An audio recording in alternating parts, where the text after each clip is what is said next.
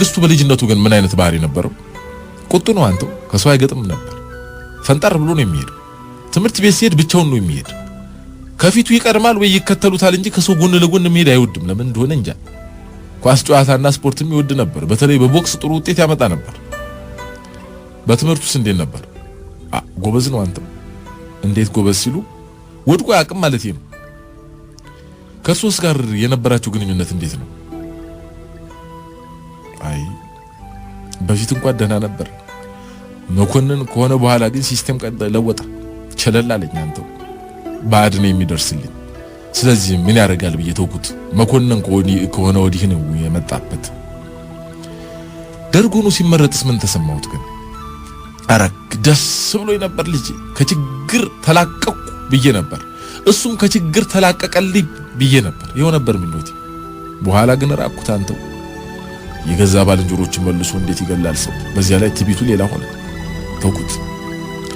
ወታደሮቹ ግን እርሱን ለምን የመረጡት ይመስሎታል? ገሚሶቹ ስለማይወዱት እንዲሞትላቸው መረጡት። ሌሎቹ ደግሞ ለአዛዦቹ የማይመለስ እሱ ነው ጀግና ነው። ሌሎቹ እንዲሁ ዝም ብለው እንደው አይባልም እንጂ እንደው ሶፊት ፈሳሞች ናቸው ብለው ነው የተውት። በጊዜው ለበታቶቹ ይሟገት ነበር አሉ። በዚያ ላይ መኮንኖቹ ክበብ ገብቶ ሳይበጠብጥ አይወጣም። በአባትነቱ ግን ምክር ለግሰውት ያውቃሉ? አይ ሉካንድ 2 ዓመት በፊት ቢቸግረኝ ጠቢቅ እርቅ ይወረድ ሰውም ልጆቻችንን እየወሰደ አስጨረሰ ብሎ ጠምዷል። የሰው ልጅ አታስጨርስ ምን ይሻልሃል አልኩት። ታዲያ ምን መለሰልው እሱ? ምን ታውቃለህ አንተ ሽማግሌና አርፈህ ተቀመጥ አለኝ። እኔም እንደው ተቀየምኩትና ከቤቱ ቀረው አንተው። ኋላ ጦርነቱ እየገፋ በመምጣቱ ግን ኮሎኔል መንግስቱ ኃይለማርያም በተወለደ በ50 ዓመቱ ነው አው ስልጣን በያዘ በ17ኛ ዓመቱ ዚምባብዌ ኮበለለ አሉኝ። መጥፋቱን ግን መቼ ነበር ያወቁት? አንተው በራዲዮ ሰማን እንደሰማን ክቡ ነበር ያለ። ገረዶቹ ሁሉ መጥፋቱን አላወቁም ነበር። ቆራጡ መሪ እየተባለ እኮ ይወደስ ነበር። ለቆራጡነቱማ ቆራጥ ነው። እንዴት ማለት? ክፉ ነዋ ካሰባ አይለቅም። እሺ እንደው ሲሄንን ተወውና ኑሮስ እንዴት ይዞታል? ደህንነቴ ነው እንጂ ችግር ምን አለብኝ ብለህ በፊትም ብቸኛውንም ብቸኛ መሳሪያ ያደስኩ ኑሮ የነደጉም ነበር። ሆኖም በጉንበቱ ፍንዳታ መሳሪያ ማደሻው ተቃጠለ፣ ስራውም ቀረ። በተረፈ እኔ እነሱን ገንዘብ አልከጅል። እንደው ግን ሰው ምን ይሎታል?